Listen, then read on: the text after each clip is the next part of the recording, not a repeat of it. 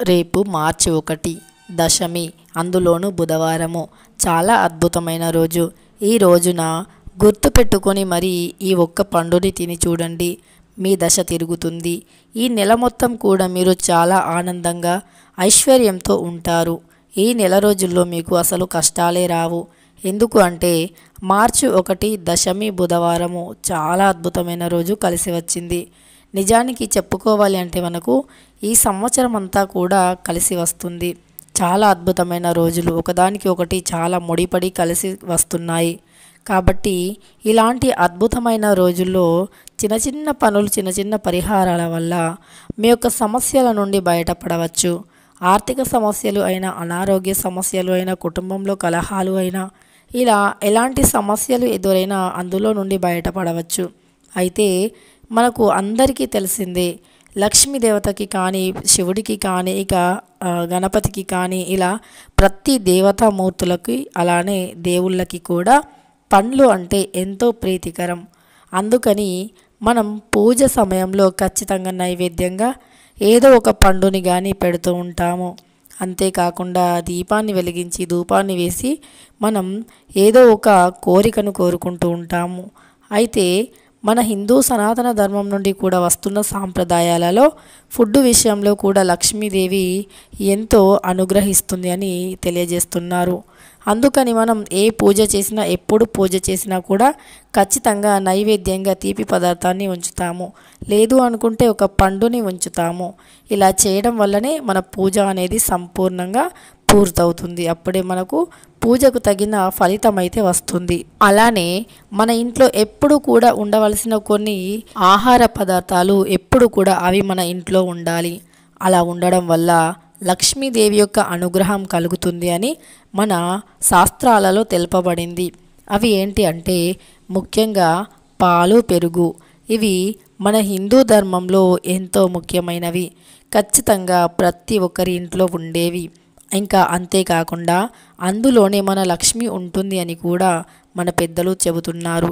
కాబట్టి ప్రతి ఒక్కరి ఇంట్లో ప్రతిరోజు పెరుగు మరియు పాలను ఇంట్లో ఉంచుకోవాలి. పెరుగు ఎప్పుడు ఇంట్లో ఉండడం వల్ల మన ఇల్లు పెరుగుతుంది అని మన శాస్త్రాలు తెలియజేస్తున్నాయి. అంతేకాకుండా దొడ్డుప్పు. ఈ దొడ్డుప్పు కూడా లక్ష్మీదేవికి ఎంతో ఇష్టమైనది.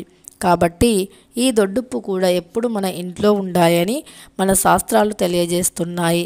ఇక అంతేకాకుండా మీరు ఎట్టి పరిస్థితుల్లో కూడా సూర్యుడు అస్తమించిన తరువాత మీ ఇంట్లో నుండి పాలు కానీ, పెరుగు కానీ, దొడ్డుప్పు కానీ మీ చేతితో ఎవ్వరికి ఇవ్వకూడదు. మీ చేతితో కాదు, అసలు మీ ఇంట్లో నుండి ఎవ్వరికి ఇవ్వకూడదు అండి. సాయంకాలం సూర్యుడు అస్తమించిన తర్వాత పాలు, పెరుగు, దొడ్డుప్పు ఇవి మీ ఇంట్లో నుండి ఎవ్వరికి ఇవ్వకూడదు. ఎందుకు అంటే ఇక మీరు అలా ఇచ్చారు అంటే మీ లక్ష్మి మొత్తం వారికి వెళ్ళిపోతుంది. తప్పకుండా లక్ష్మీదేవి అనుగ్రహం మీకు కలగదు. చాలా కష్టపడాల్సి వస్తుంది తర్వాత. ఇక అంతేకాకుండా మన హిందూ సనాతన ధర్మం ప్రకారం పచ్చడి కూడా అమావాస్య రోజు కానీ, పౌర్ణమి రోజు కానీ, సాయంకాలం సూర్యుడు అస్తమించిన తర్వాత కానీ మీ ఇంట్లో నుండి ఎట్టి పరిస్థితుల్లోనూ ఎవ్వరికి ఇవ్వకూడదు. అలా ఇచ్చినా కూడా లక్ష్మీదేవి మన ఇంట్లో నుండి వెళ్ళిపోతుంది. కాబట్టి ఈ విషయాలను గుర్తుపెట్టుకొని మీరు అలాంటి పొరపాట్లు అస్సలు చేయకూడదు. ఇక అంతేకాకుండా మీరు ఈ యొక్క దశమి రోజున మీరు ఏం చేయాలి అంటే మీరు శివాలయానికి వెళ్ళాలి. దశమి, అందులోనూ బుధవారము మార్చి 1వ తారీఖున వస్తుంది. కాబట్టి మీరు శివాలయానికి కానీ, నరసింహస్వామి వారి టెంపుల్కి కానీ, లేదా నారాయణమూర్తి స్వామి వారి టెంపుల్కి కానీ వెళ్ళాలి. అయితే మీరు వెళ్ళేటప్పుడు మీతో పాటు కొన్ని పండ్లను తీసుకొని వెళ్ళాలి. అవి ఏ రకమైన పండ్లు అంటే సహజంగా మనం ఏ దేవుణ్ణి పూజించినా కూడా నైవేద్యంగా పెట్టేవి ఎక్కువగా అరటి పండ్లు. అరటి పండ్లను నైవేద్యంగా పెట్టడం వల్ల దేవతామూర్తులకి ఎంతో ఇష్టమని వారు మనం అలా పండ్లను నైవేద్యంగా పెట్టడం వల్ల మన కోరిన కోరికలను తీరుస్తారు అని మన శాస్త్రాలలో తెలుపబడింది. అలానే మన పెద్దవాళ్ళు కూడా మనతో చెప్తున్నమాట అది. ఇక అన్ని పండ్లల్లోకెల్లా అరటి పండ్లని ఎక్కువగా మనం నైవేద్యంగా పెడుతూ ఉంటాము అందరి దేవుళ్ళకి కూడా. అందులోనూ పరమశివునికి అతి ప్రీతికరమైనది అరటిపండు అని చెబుతున్నారు మన శాస్త్రాలు, అలానే పురోహితులు. అయితే మనకు పక్వాలు అపక్వాలు అని రెండు ఉంటాయండి. పక్వాలు అనేటివి వండనివి, అపక్వాలు అనేటివి వండేవి. కాబట్టి మనకు పక్వాలు అంటే అవి పండ్ల కిందికి వస్తాయి. అందులోనూ అరటి పండ్లు అంటే అతి ప్రీతికరమట.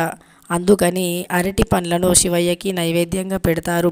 అంతేకాకుండా మహాగణపతికి ఏమో ఎల్లో కలర్లో ఉండే ఫ్రూట్స్ అంటే చాలా ఇష్టమట. అంటే పసుపు రంగులో ఉండే పండ్లు, అవి కూడా అరటి పండ్లు. కాబట్టి మీరు ఈ దశమి రోజున శివాలయానికి కానీ, లేదా నారాయణమూర్తి టెంపుల్కి కానీ, నరసింహస్వామి టెంపుల్కి కానీ వెళ్ళండి. లేకపోతే మీ దగ్గరలో ఉంటే గణపతి టెంపుల్ అయినా పర్లేదు.